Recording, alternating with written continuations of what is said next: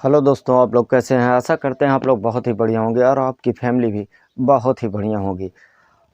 तो आज की जो कहानी लेकर आया हूँ, एक ऐसी कहानी है जिसमें आदमी मारना तो चाहता है और ऐसा मारना चाहता है ताकि उसे लगे कि वो मारा ज़रूर, लेकिन वो प्राकृतिक मौत है।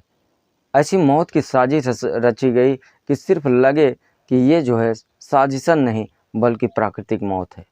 जी हाँ, हम आपको जो कहानी आज की सुनाने जा रहे हैं, ये कहानी है कानपुर की कहानी है, जहाँ पर रहने वाले एक हैं ऋषभ त्रिपाठी।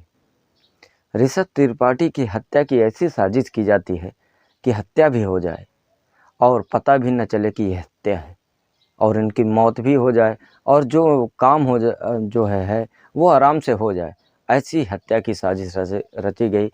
तो जो ऋषभ त्रिपाठी हैं, इनकी शादी होती है 2022 में 2020 में 2020 में इनकी शादी होती है, और ये शादी होती है सपना नाम की एक लड़की की। और ऋषभ जो कि कानपुर के जाने माने कि बहुत ही बढ़िया बिजनेसमैन के रूप में जाने जाते हैं और बहुत ही बढ़िया इनका कारोबार चलता है। लेकिन इनको एक बीमारी थी, वो बीमारी थी शुगर की। शुगर के लिए इनको हमेशा ट्रीटमेंट लेना पड़ता था। वो बग अपने आस पड़ोस और जो भी हॉस्पिटल होती थी वहाँ पर इंजेक्शन लगवा कर अपना शुगर कंट्रोल करते हैं। एक दिन इनकी पत्नी जो कि सपना है, नवंबर 2022 में बगल के ही मेडिकल शॉप के ओनर से जाके मिलती हैं और शुगर का नियंत्रण के लिए एक जो है इंजेक्शन लगवाती हैं। लेकिन इंजेक्शन लगाते ही शुगर का जो नियंत्रण था वो आपा खो देता है। काफ़ी ज़्यादा मात्रा में हाईली इनका जो शुगर होता है वो बढ़ जाता है, और बढ़ने के बाद इनको तुरंत इनके जो पारिवारिक जन हैं वो तुरंत ही बहुत ही बड़े हॉस्पिटल में, कानपुर के बड़े हॉस्पिटल में लेकर जाते हैं और एडमिट कराते हैं। एडमिट कराने के बाद वहाँ पर इलाज इनका जारी होता है। इलाज चलता है 5 दिन तक। 5 दिन के बाद इनको अस्पताल से छुट्टी दी जाती है। बोला जाता है बहुत ही जल्द ये बिल्कुल ठीक हो जाएंगे, अभी स्वस्थ हैं, इनको ले जा सकते हैं। तो लेकिन लाने के दूसरे दिन इनकी काफ़ी ज़्यादा तबीयत ख़राब हो जाती है, और इतनी ख़राब होती है इनको डॉक्टर लेकर घर वाले पहुंचते हैं डॉक्टर के पास, और डॉक्टर के पास पहुंचने के बाद वहां पर चेक किया जाता है तो इनको मृत घोषित कर दिया जाता है, यानी ऋषभ जी की मृत्यु हो चुकी थी। ऐसे में इनका पोस्टमार्टम किया जाता है। पुलिस वाले भी आते हैं क्योंकि ये बिजनेसमैन और एक बड़े परिवार की बात थी, तो ऐसे में पुलिस वाले भी आते हैं एक संदेशजनक रूप में, इसलिए आते हैं कि इनको अचानक क्या हुआ। अभी तक कोई बीमारी नहीं थी, एक शुगर के अलावा ऐसी कोई बीमारी नहीं थी, तो ऐसे में हुआ क्या, ऐसा अचानक कैसे हो गया कि इनको जो है इनकी मौत हो गई। तो इनका पोस्टमार्टम कराया जाता है। पोस्टमार्टम कराने के बाद कुछ भी जांच में नहीं निकलता, कोई भी दिक्कत नहीं आती। सबसे ज़्यादा लेकिन चौंकाने वाली बात ये थी कि इनका जो ऑर्गन था, अंदर का जो ऑर्गन था जिसमें लीवर, किडनी, इन सब ऑर्गन में अचानक खराब होने की स्थिति में थे। अचानक 2 से 4 दिन में, 10 दिन में अचानक ये कैसे हो गया कि अचानक इनके जो ऑर्गन हैं वो ख़राब होने शुरू हो गए थे। हालांकि धीरे धीरे होता है, लेकिन एक अचानक लीवर भी और उसके साथ और जो ऑर्गन है वो जो है ख़राब चालू हो जाए, ऐसा जो है डॉक्टर को बहुत ज़्यादा संदेह हुआ। पुलिस में भी देखती है और एक शंका में आती है कि कुछ न कुछ गड़बड़ हुआ है, और इसके साथ कुछ न कुछ गड़बड़ है जिसके कारण जो है ऐसा हो चुका है। उसके बाद वो शंके में रहती है, देखती है, तो वो जो है कुछ निकलता तो है नहीं पोस्टमार्टम में। उसके बाद जो है बिसरा जांच के लिए रख लेती है। लेकिन यहीं पर एक ट्विस्ट आता है। ट्विस्ट ये आता है कि पुलिस को पता चलती है कि अभी पिछले महीना में यानी नवंबर में इनकी मौत हुई थी। 22 नवंबर को 2022 के आसपास इनकी मौत हुई, और अक्टूबर में इनके पास एक बार जानलेवा हमला हुआ था। यानी 1 महीना पहले इनके ऊपर बहुत ही घातक जानलेवा हमला हुआ था, जिसके कारण इनको 8 से 9 दिन यानी लगभग 10 दिन के आसपास हॉस्पिटल में रहना पड़ा था।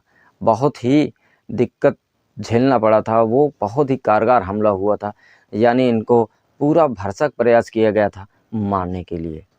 ऐसे में पुलिस अब शंका बहुत ज़्यादा करने लगती है, हो न कोई इसमें शामिल है जो कि पिछली बार हमला हुआ था। हो सकता है वही लोग मिलकर इस बार इनको जो है मौत की ये जो है कोई ना कोई साजिश रच दिए हों। तो ऐसे में अब पुलिस सबके पास शंका करना शुरू कर देती है।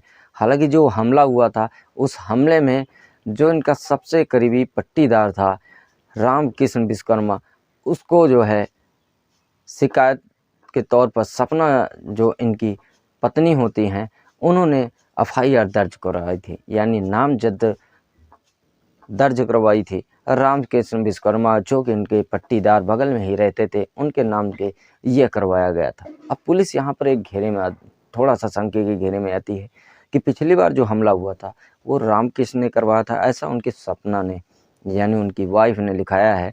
तो रामकृष्ण ने एक बार पूछा जाता है और रामकृष्ण साफ साफ इनकार कर देते हैं, सर जी हम पिछली बार भी हमने कुछ नहीं करवाया था, हमें तो ज़बरदस्ती उनकी पत्नी के द्वारा एफआईआर दर्ज करवा दी गई थी और हमको पुलिस लेकर गई थी, पूछताछ की, सब कुछ किया, कोई हमारा जो है उसमें रोल नहीं निकला, तो हम छूट गए क्योंकि हमारा कोई रोल ही नहीं था। तो इस बार जो है फिर अब पुलिस यहाँ पर शंका करना चालू कर देती है कि कहीं न कहीं इनकी पत्नी तो नहीं है जो कि गुमराह कर रही है हम लोगों को। पिछली बार जो हमला हुआ उस हमले में एक निर्दोष आदमी को नाम लिखाया गया, ऐसा जो है जो कि पुलिस के रिकॉर्ड में भी आया और ऐसा देखने को मिला। तो इस बार कहीं ये जो है इनकी पत्नी है, ये इन्हीं का तो हाथ नहीं है, ऐसा इनको सोचने में आया क्योंकि मेडिकल शॉप पर भी लेकर जाने वाली इनकी पत्नी जो सपना है वही लेकर गई थी मेडिकल शॉप पर। तो ऐसे में अब शंके के घेरे में आती हैं। तो पुलिस ने क्या किया कि सबसे पहले इनके जो मोबाइल होता है उसको खंगालना शुरू करता है और उस मोबाइल में एक चैट मिलता है, उस चैट को बाकायदा देखा जाता है। उस चैट में लिखा हुआ था जो कि उस आदमी से हमेशा लगातार चैट होता रहता था। उसी में उस दिन जिस दिन इनके ऊपर अक्टूबर में यानी हमला किया गया था, एक जानलेवा हमला हुआ था, उसी डेट पर एक मैसेज आता है। वो मैसेज में लिखा रहता है काम तो हो गया।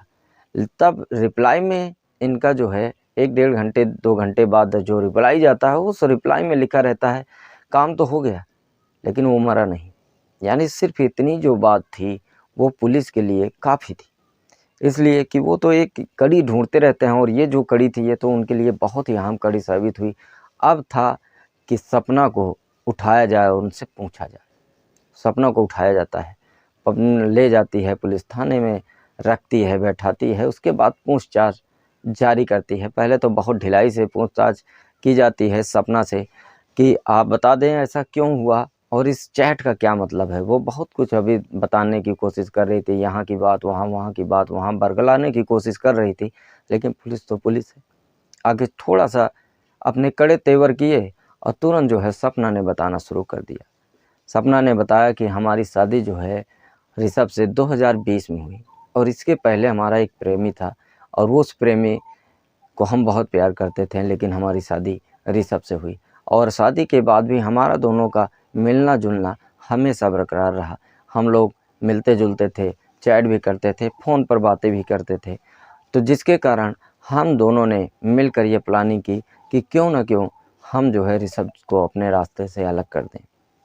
और ये जो अलग करने वाली बात आई यहाँ पर जो है इनके जो प्रेमी थे उनके द्वारा और सपना के द्वारा इस प्रकार से रचा गया कि ये हत्या तो हो लेकिन हत्या न लगे।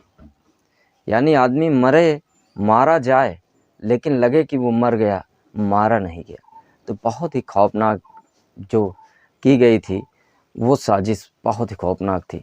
अक्टूबर में हमला किया गया था जिसका कोई भी सुराग नहीं लगा था, तो एक निर्दोष आदमी को फंसाया गया। और इस बार क्योंकि ये डायबिटीज़ के बीमार थे, डायबिटीज़ की बीमारी थी, तो इनको ऐसा इंजेक्शन दिया गया कि इनके जो है डायबिटीज़ कम होने के बजाय इतना हाईली हो जाए, इतना ज़्यादा हो जाए कि इनके ऑर्गान ख़राब हो जाएं और ये खुद ही मृत्यु हो जाएंगे।